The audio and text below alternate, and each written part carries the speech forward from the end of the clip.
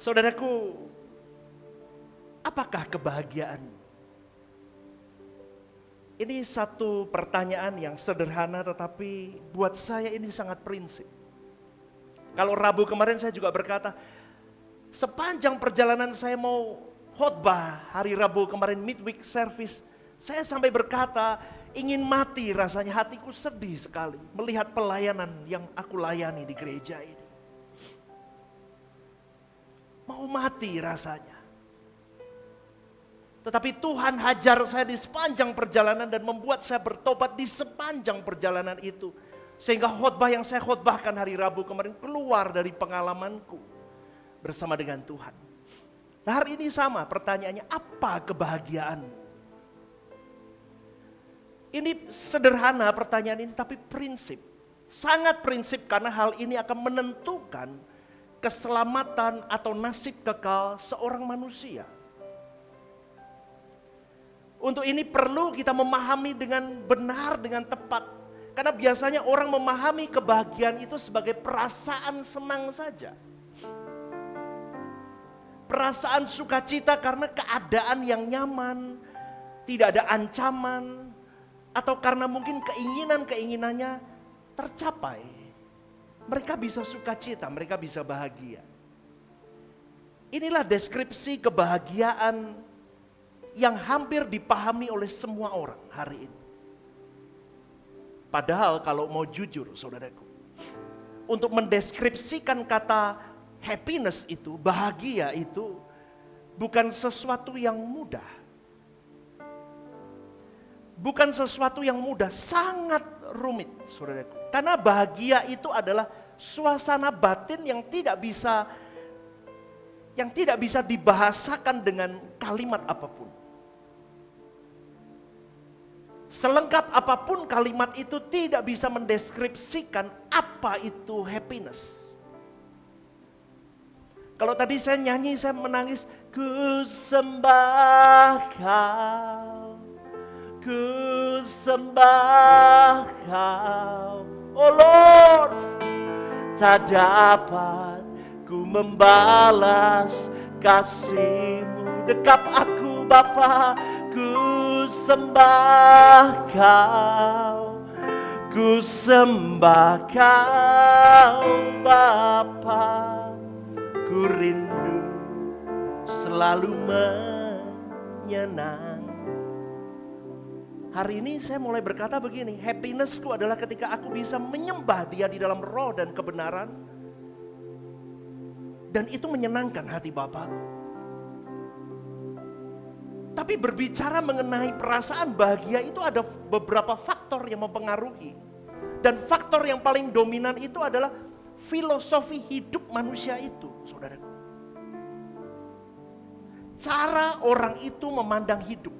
Kalau dulu sebelum saya dihajar dengan berbagai hal mengembalakan gereja, saya duduk tersungkur di hadirat Allah, saya nggak bisa berkata, ku sembah kau, itu kenikmatan, nggak bisa.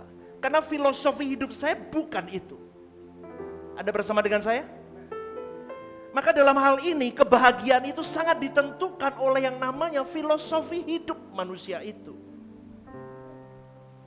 Artinya apa pastor? Yaitu begini, bagaimana seseorang menilai sesuatu dan menghargai sesuatu itu.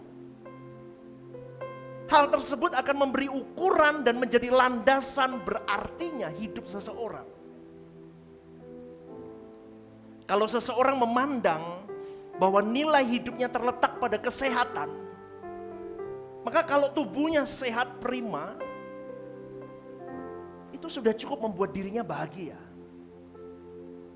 Kalau nilai hidupnya adalah kehormatan manusia lain, maka ketika dia banyak dihormati orang lain, siap pak bos, siap, wah ketua, dia merasa bahagia dengan itu.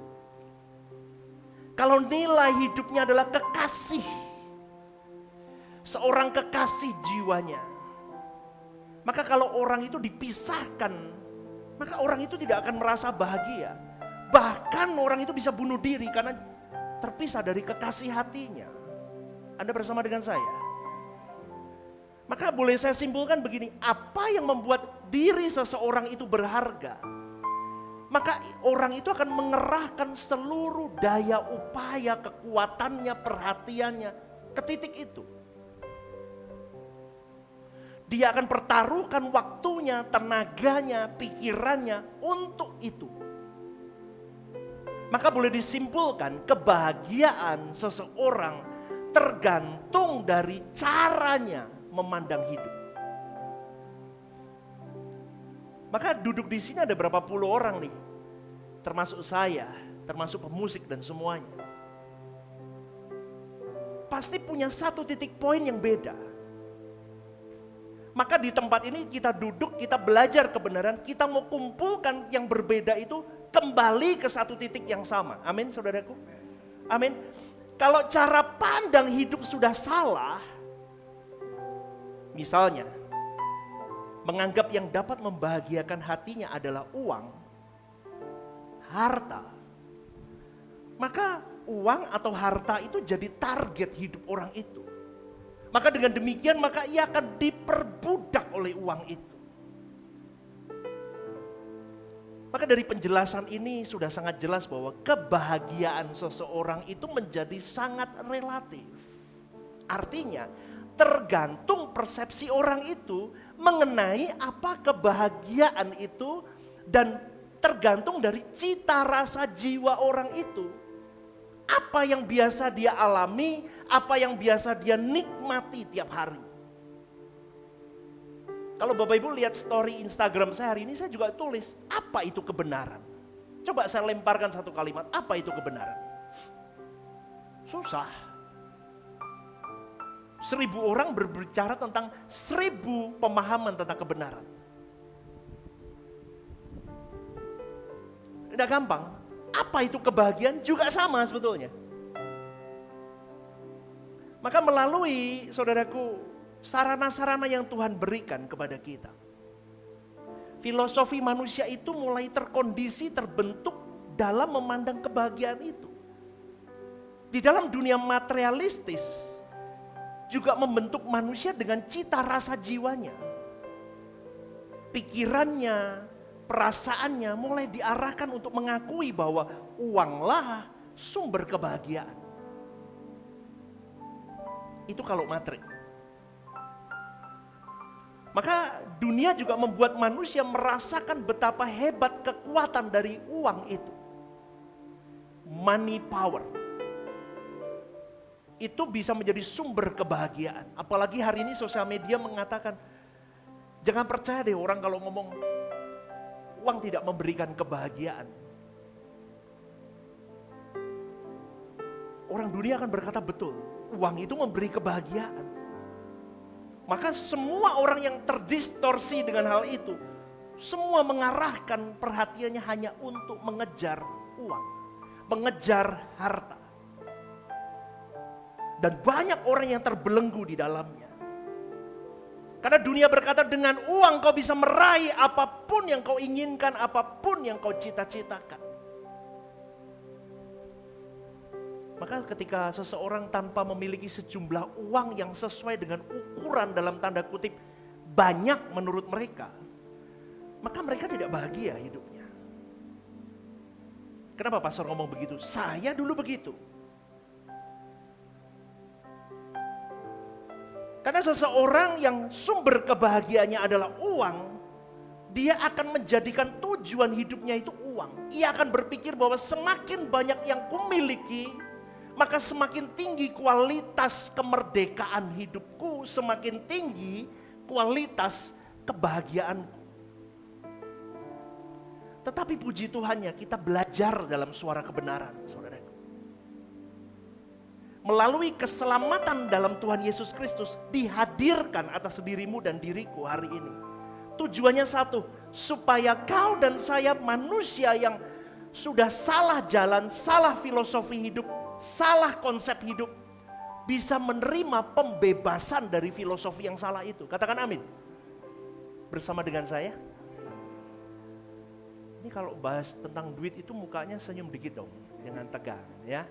Ya. Tentu hal ini akan melalui perjalanan proses pendewasaan yang tidak ringan, saudaraku. Karena konsep seseorang mengenai apa yang dapat membahagiakan hidup bisa menjadi seperti sebuah ruangan di mana dia mengunci dirinya. Apa room of happiness?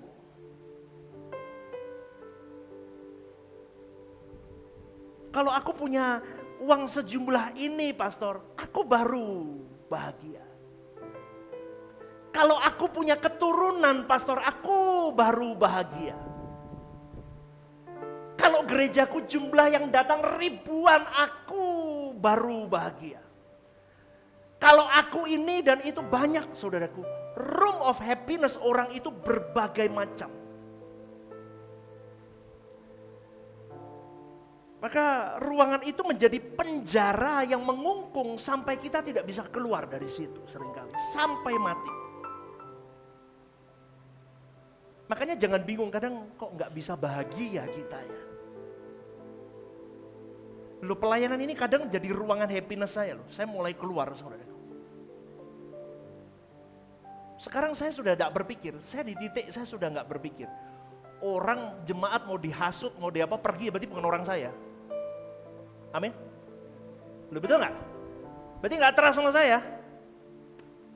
Dulu saya nggak bisa, kok gitu sama saya?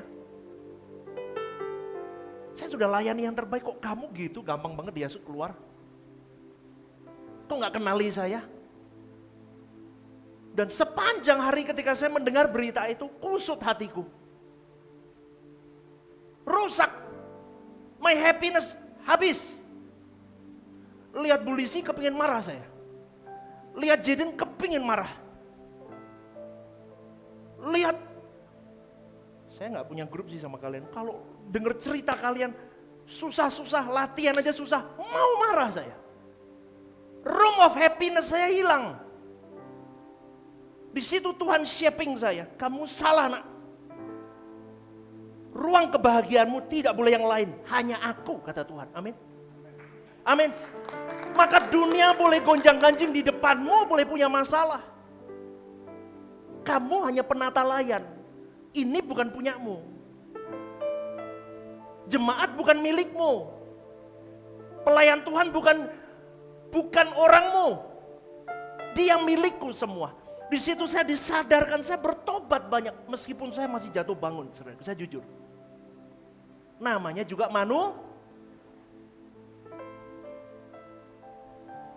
tapi saya sudah mulai legowo. Legowo ya bahasanya. Bisa merdeka. Saya keluar dari room of happiness. Pelayananku, it's not mine, it's yours, my Lord. Apa yang menjadi room happiness? Coba tanyakan. Pekerjaanmu?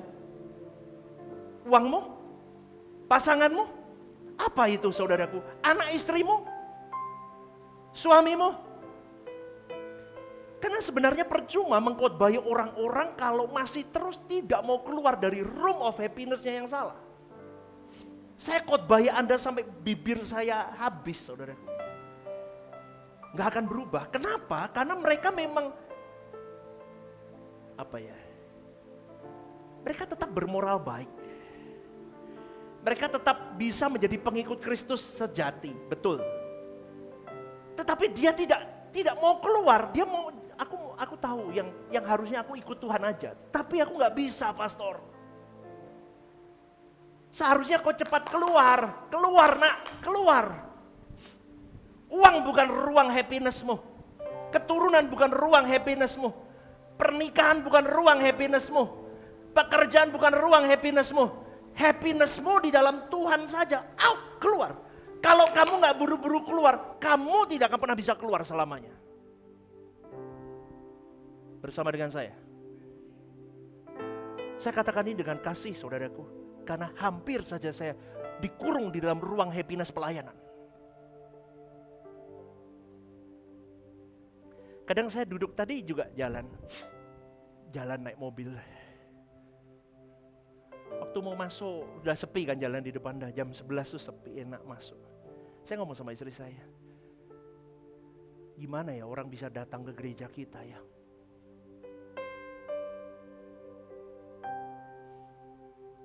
Istri saya cuma ngomong, Tuhan yang atur.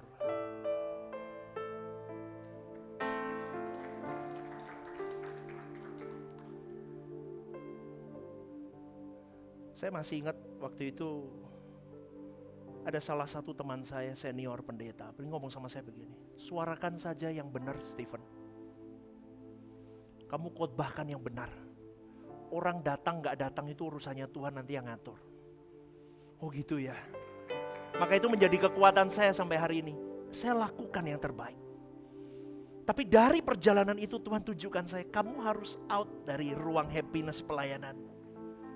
Karena seringkali itu mencuri kemuliaan Tuhan dalam hidupmu. Nah, kau harus keluar. Kenapa seseorang tidak mau keluar dari ruangan itu, saudaraku? Sebab dia sudah merasakan kenyamanannya di dalam itu.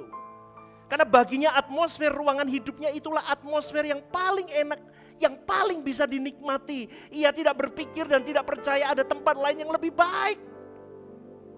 Yaitu Tuhan itu lebih baik. Enggak, dia enggak percaya, udah ini aja.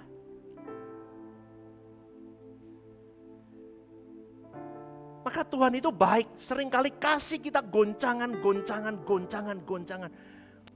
Hari ini saya bersyukur loh sama Tuhan. Ada titik saya menangis. Ada titik saya bingung. Ada titik saya sedih. Saya kadang manusia lama, saya kadang pengen keluar. Ngajarin ngomongnya suara kebenaran. Dan nelponi jemaat untuk keluar dihasut dengan cara yang salah itu bukan kebenaran, saudaraku. Lu betul gak? Halo? Saya sedih, saya ngomong begitu cuman kalau saya tulis di status atau saya perkatakan saya serang balik, berarti saya pun tidak dalam. Berarti orang benar saling bertarung dengan orang tidak benar ketemu tidak. Semuanya runyam. Saya urungkan, saya proses hati saya di kamar doa.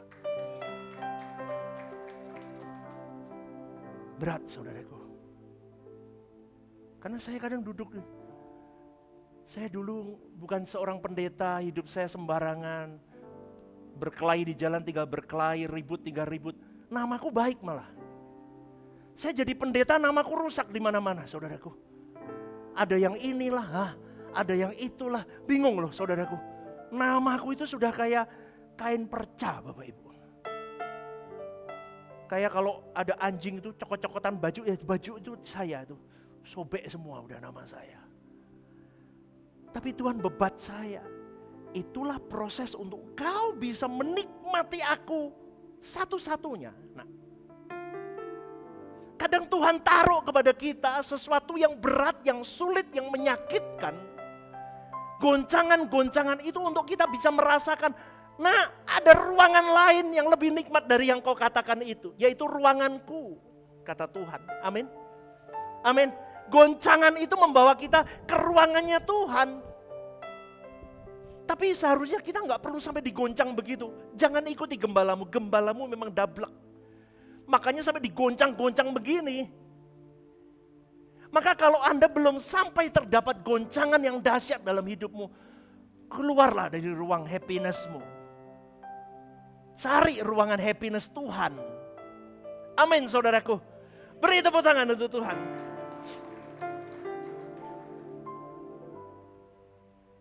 Demikian pula kehidupan orang Kristen dalam kondisi tertentu sudah tidak bisa lagi keluar dari ruangan kamar hidupnya. Ya kecuali kalau ada goncangan begitu. Wah kalau udah begitu, dia mulai gak nyaman dengan ruangan yang dia percaya itu. Dia mungkin baru mulai keluar mencari ruangan yang lain yang mungkin bisa diharapkan lebih nyaman. Ini gambaran saudaraku kehidupan seseorang yang diizinkan seringkali mengalami kegagalan rumah tangga, kegagalan bisnis, kegagalan pelayanan, kegagalan pernikahan, kegagalan studi, kegagalan kesehatan, atau apapun prahara terjadi dalam hidupmu. Dia mulai melihat kemungkinan ada dunia lain yang lebih baik untuk bisa menjadi ruangan di dalam hidupnya. Aturan gak perlu sampai begitu sih. Jangan dablek saudaraku. Tapi ya ini hamba Tuhan satu ini memang dablek mungkin ya.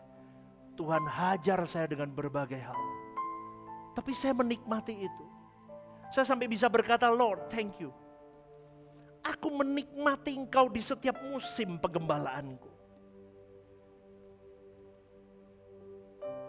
Saya sampai ngomong sama Tuhan, ini sudah naungan baru, impartasi baru Tuhan ya. Udah nggak model yang begitu-begitu lagi Tuhan ya. Impartasi baru, spirit baru, sukacita baru. Saya sampai ngomong begitu sama Tuhan. Saya kadang berpikir, berat Tuhan. Tapi dengan lembut Roh Kudus berkata, guncangan-guncangan itu menyehatkan rohanimu.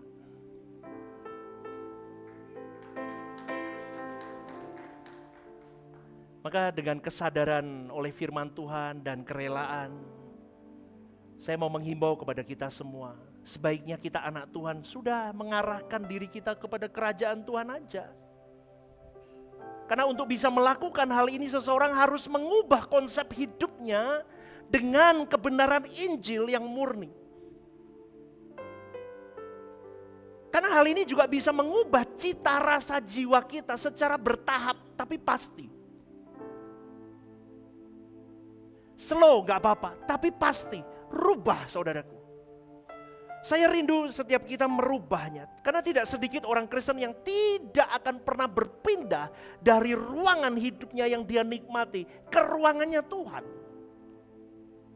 Sehingga mereka tidak pernah bisa berubah. Puluhan tahun jadi Kristen, dengar khotbah ribuan kali, dengar renungan doa bareng apapun tidak merubah. Tarik jadi pelayan Tuhan, melayani pun tidak berubah. Jadi pendeta pun tidak berubah. Terus mau digimanain orang model begini? Ini keadaan yang sangat berbahaya, sangat mengerikan dan itu bisa terjadi dalam hidupmu dan hidupku. Karena kekristenan itu bukan agama yang mudah untuk dijalani, untuk dipeluk saudaraku. Anda harus tahu itu. Maka dengan demikian saudaraku, kekristenan itu adalah jalan hidup yang hanya bisa dikenakan oleh segelintir manusia. Apa saudaraku?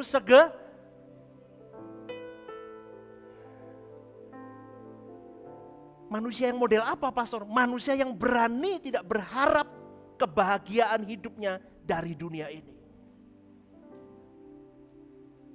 Bapak Ibu percayalah, jangan berharap pada manusia. Manusia hari ini A sama kamu, besok pagi dia bisa B. Jangan berharap dengan kekuatan uangmu. Hari ini kau di titik tertinggi, besok pagi kau bisa di titik terendah. Saya sudah mengalami itu, 1 malam habis. Jangan bermain-main dengan hidup. Kalau kau tidak meletakkan semua room of happinessmu kepada Tuhan yang hidup. Ingat, dunia kebahagiaannya ini hanya terbatas semuanya. Kau bisa habis hidupmu, benar. Kalau kau tidak menggantungkan semua ke Tuhan, habis hidupmu. Tidak berharap kebahagiaan hidup itu di dunia ini bukan berarti kita tidak bahagia. Justru Tuhan akan menggairahkan, menggirangkan kita dengan segala hal yang ada pada kita hari ini. Katakan amin.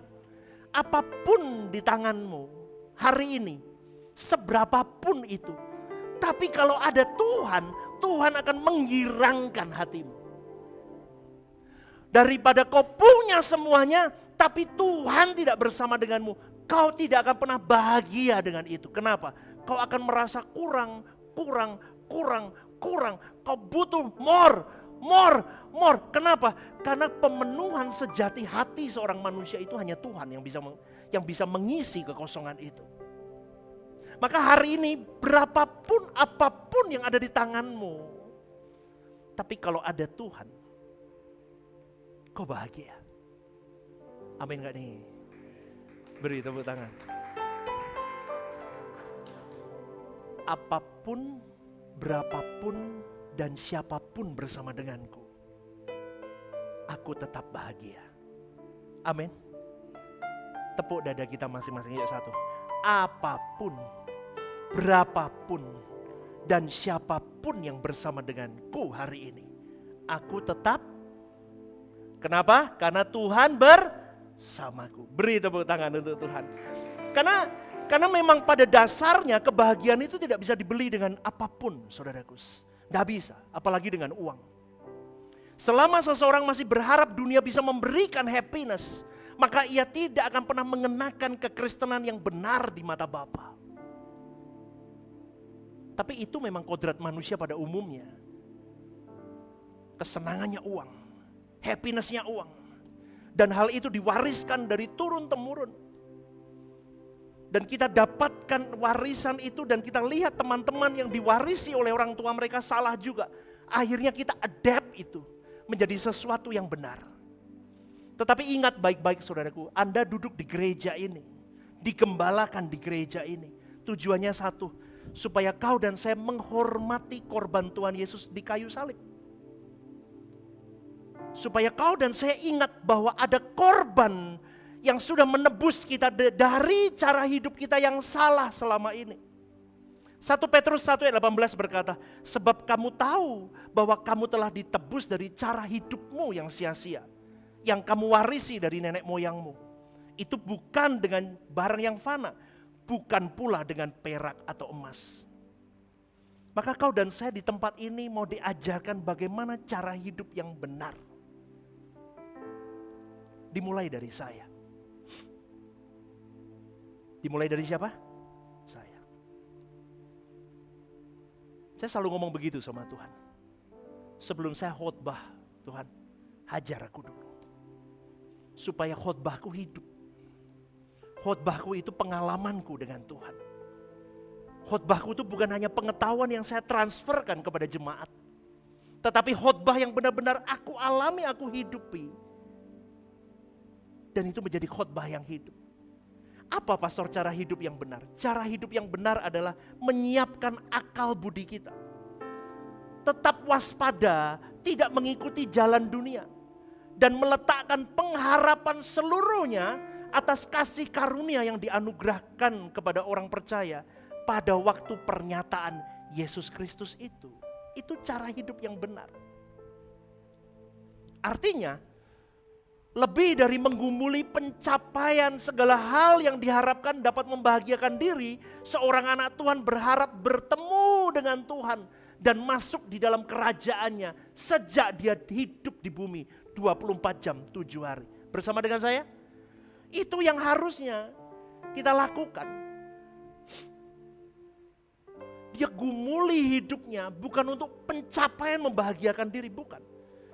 Tapi kita menjadi seorang anak Tuhan yang bertemu Tuhan dulu tiap pagi. Tiap saat. Dia akan lead kita, nuntun kita. Bagaimana aku bisa do my best. Do my happiness. Growth my happiness. Masuk di ruang happinessmu Tuhan. Dengan track yang benar. Hidup benar, hidup benar, hidup benar. Kenapa? Aku bisa, Anda bisa. Kenapa? Karena kita sudah dapat anugerah keselamatan. Kau dan saya diproyeksikan bukan untuk masuk surga. Kau dan saya diproyeksikan menjadi manusia yang punya kodrat ilahi di bumi ini. Sehingga kau dan saya lahir di bumi ini hidup bukan untuk mati masuk surga. Tapi kita diajak untuk menjadi duta Allah. Memperkenalkan kerajaan Allah melalui hidup kita di bumi. Dan jangkau banyak jiwa untuk kemuliaan nama Tuhan. Amin saudaraku. Beri tepuk tangan untuk Tuhan. Tapi jujur ya, hampir tidak ada orang yang berani hidup tanpa memperoleh kebahagiaan di dunia ini. Bagaimanapun, dengan cara apapun, pada umumnya semua orang berusaha untuk memperoleh sesuatu yang bisa dia nikmati di dalam hidupnya di bumi ini. Tapi pada umumnya uang yang dianggap sebagai sarana untuk meraih apapun dan sumber kebahagiaan itu kebanyakan uang. Terjadinya fakta ini juga didorong oleh suatu pemikiran, sadar atau tidak bahwa hidup hanya satu kali di dunia ini. Seakan-akan manusia berpikir tidak ada kehidupan yang lain setelah ini, maka mereka mati-matian untuk mengejar kebahagiaan itu, dan dia taunya adalah uang yang menjadi kebahagiaan, maka dia kejar uang itu, kejar. Ternyata saudaraku, waktunya habis dan dia belum dapat kebahagiaan itu, dan kekekalan pun dia hilang. Amin. Kan pernah itu ada itu gambarannya dikasih tongkat itu. Orang dikasih tongkat terus ada duit di sini. Gantung gitu duitnya. Terus orang itu lari ngejar ini. Umur 20. Biasa orang ngejar duit mulai umur berapa? 20 lah. 20, 30, 40. Nah, ini saya sudah 40. 50, ternyata 60 uang enggak dapat, kekekalan.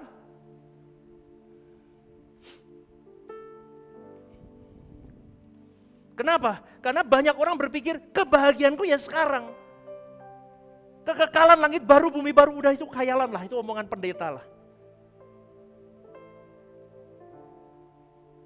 Padahal itu yang long lasting. Ini sementara. Maka selalu saya katakan saudaraku, jangan merasa gagal. Apapun yang sudah kau lalui, mungkin kau gagal apapun, pernikahan, gagal apa, sudah. Sudah, itu masa lalu, sudah. Sekarang kita memburu Tuhan. Ikut Tuhan Yesus. Kejar hati Bapa. Terus. Kau manusia berharga di mata Allah. Jangan buang hidupmu dengan hal-hal yang gak penting. Jangan terbawa oleh arus dunia. Orang-orang yang terbawa arus dunia adalah orang-orang yang tidak dapat menikmati kebahagiaan di dalam Tuhan. Meskipun Tuhan sudah titipkan banyak hal dalam hidupnya. Ngeluh terus. Ngomel terus. Bersungut-sungut terus. Coba ya, orang punya anak nakal. Ngomel-ngomel kita punya anak. Dimaki-maki, dasar anak nakal, begitu pukuli. Yang gak punya anak dia lihat, aku tuh aja pengen punya anak. Lu punya anak dipukul-pukul. Betul? Terus apa konteks kebahagiaan? Susah. Yang punya anak merasa tidak bahagia karena anaknya nakal. Yang gak punya anak merasa, aku bahagia kalau punya anak. Meskipun tapi kalau yang gak punya anak beneran nanti dikasih anak, anaknya nakal juga sama seperti susah. Maka dari itu saudaraku, apapun kebahagiaan kita hari ini mulai kita selesaikan, jangan salah jalan. Semuanya kita letakkan di satu titik, satu ruangnya Tuhan. Kebahagiaanku di dalam Tuhan, damai sejahteraku di dalam Tuhan. Apapun yang kupikirkan, yang kulakukan, semua yang ada di tanganku, kuarahkan ke Tuhan. Anakku hari ini nakal, belum bisa nuruti apa yang ku mau. Doakan, tunjukkan dengan kalimat-kalimat yang baik. Tunjukkan teladan hidup, arahkan dia untuk lebih baik. Dengan cara apa? Pelayanan. Anak-anak muda suruh pelayanan. Makanya orang tua dorong. Jangan anaknya malas gak datang. Amin. Kok sepi ngomong begini? Amin. Anaknya gak mau sekolah minggu, gak usah sekolah minggu, gak bisa. Anaknya dorong dong. Orang tua punya otoritas untuk mengatur anaknya. Kasih teladan, kasih contoh.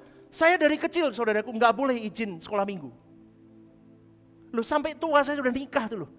Saya gak kelihatan di gereja, telepon mama saya, kamu di mana? Kok gak ke gereja? Gila gak? Betul? Itu saksi istri saya. Kamu di mana? Kok kamu nggak ke gereja? Mama nggak lihat kamu ke gereja. Ibadah keberapa? Jam berapa? Udah mah aku kadang bohong gitu kan. Khotbahnya apa? Mati aku. Dulu kan nggak ada YouTube live Bapak Ibu. Mati aku tuh ngomong apa gitu. Tanya tuh. Kenapa nggak pelayanan? Mama saya begitu detail. Maka itu yang saya alami, yang saya lakukan untuk mendrive anak-anak muda di tempat ini sama. Ngapain bolos? Jalan dong. Capek, semua orang capek. Jalan pelayanan. Kenapa? Supaya kita mengajarkan kepada mereka filosofi hidup yang benar. Amin saudaraku. Karena damai sejahtera Tuhan itu bersifat permanen, real. Dan itu harus dilatih. Kalau kita dulu salah jalan, anak-anak kita jangan salah jalan.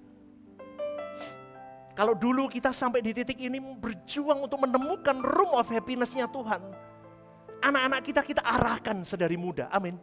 Bagaimana menemukan itu sedari dini, melalui kita. Bapak ibumu jatuh bangun nak, tapi kamu ku arahkan, ikuti teladanku. Kamu temukan room of happiness-nya Tuhan. Karena di dalam Tuhan saja, setiap manusia bisa melewati semua tantangan zaman. Kita tidak tahu loh ke depan bagaimana. Kalau kadang saya duduk gitu ya, saya merenung. Zaman COVID itu belum ada mobil listrik. Betul Bapak Ibu?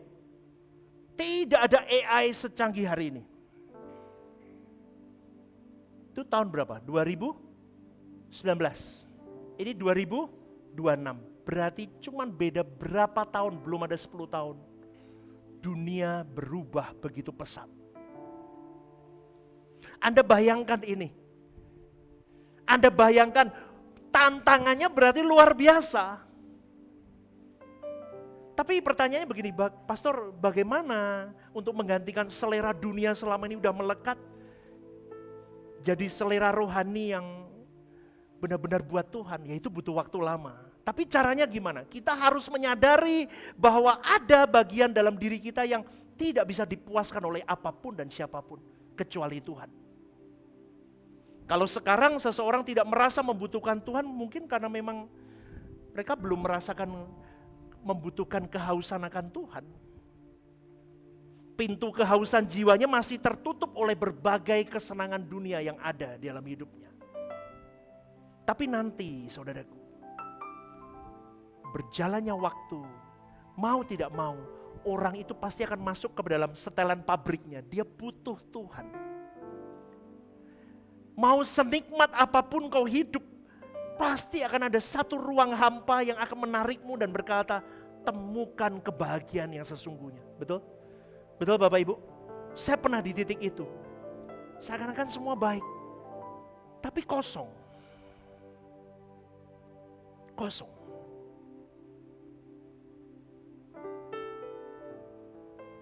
Saya menyadari bahwa ada kerusakan jiwa dalam diri saya ketika saya tidak terhubung dengan Dia.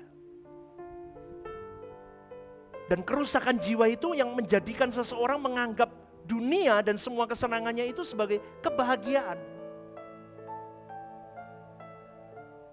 Itu susah diperbaiki, tapi bisa diperbaiki. Melalui apa? Melalui pembaharuan pikiran dengan firman Tuhan yang benar. Setiap hari. Setiap apa? Setiap hari. Makanya ada renungan The Message itu renungan tiap hari. Saya percaya dengan terus memakan yang benar, mendengarkan yang benar, punya waktu sendiri dengan Tuhan. Baca firman, doa. Kerusakan jiwa kita mulai bisa diperbaiki, saudaraku. Tapi itu butuh proses lama. Dan kalau sudah dirubah, maka pembaruan pikiran ini akan mengubah atmosfer dalam jiwa kita. Sehingga kita bisa menikmati pribadi Tuhan itu sendiri. Anda percaya deh omongan saya ini, nanti Anda bertarung dengan spiritualitasmu. Nanti Anda akan bisa paham maksud saya. Nanti ada di titik Anda tidak punya apapun, tidak punya siapapun. Tapi Anda cuma bisa ngomong, aku punya Tuhan cukup bagiku.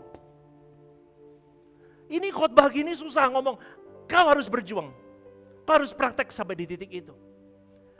Saya ajari istri saya pun gak bisa, dia harus berjuang dengan dirinya, dengan anak saya, dengan orang-orang bersama. Gak bisa saya ajarin itu. Tapi saya cuma bisa kasih contoh. Keadaan boleh gonjang-ganjing, boleh tsunami hidup. Tapi aku tenang. Paling cuma nangis sama Tuhan. But I'm free. Lagunya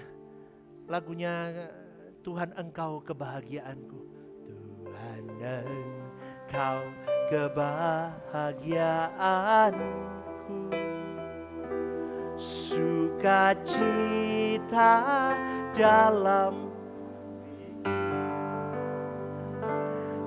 apapun terjadi di hidupku. Katakan, Tuhan Yesus cukup bagiku. Revia katakan, walau hidup ini aku sendiri, Engkau setia menemani.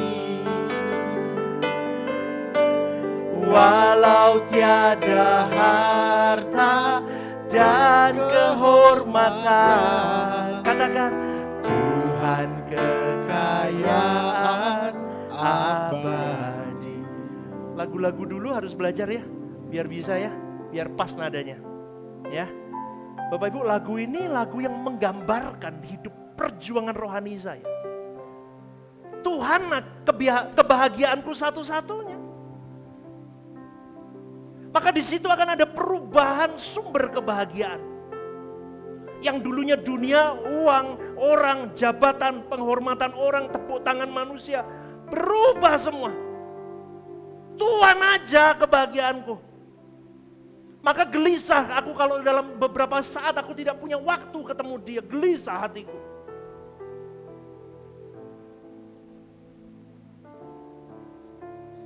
Pengetahuan mengenai kebenaran itu merupakan langkah pertama untuk kita menyadari bahwa hanya Tuhan yang bisa memuaskan jiwa kita dengan kebahagiaan. Dan selanjutnya ketika kau menyerap kebenaran murni terus selanjutnya orang percaya harus mengalami perjumpaan langsung dengan Tuhan terus sampai mati, saudaraku. Bukan cuma seminggu, sebulan, sampai mati. Terus ketemu Tuhan tiap hari, tiap saat, tiap menit, tiap waktu. Di motor, di mobil, di pekerjaan, di etik hidupmu. Dan perjumpaan-perjumpaan itu yang akan membuat seorang anak Tuhan semakin ketagihan sama Tuhan. Addicted sama Tuhan. Dan kalau orang sudah sampai di titik kecanduan sama Tuhan, orang itu tidak akan memandang lagi yang lain sebagai kebutuhan yang membahagiakan hatinya. Amin, saudaraku. Amin. Amin, saudaraku. Amin. Sampai di level ini kita jadi manusia lain.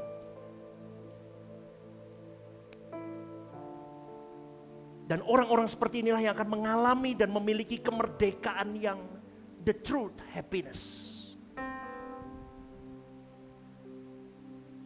Kau akan bahagia, saudaraku. Dan orang-orang model begini baru bisa berkata, Tuhan kaulah kebahagiaanku satu-satunya. Tapi prosesnya ngeri. Berani nggak? Halo? Loh, kok diem aja nih kelihatannya? Kok disuruh proses-proses begini? Jangan pastor. Berani nggak? Kok akan menikmati dia? Luar biasa saudaraku. Tuhan cukup bagiku. Saya tuh kalau ngomong sama istri saya kalau manggil saya kan Yang, jangan niru-niru. Ya, Yang itu khusus, panggilan khusus. Yang, besok harus bayar gedung gereja. Dana masih segini.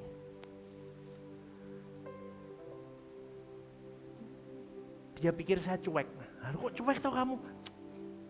Hati saya tuh sedang bertarung sama sang pemilik tenang. Saya gitu, respon saya gitu. Bapak Ibu lihat ya, respon saya tenang. Terus saya masuk kamar doa.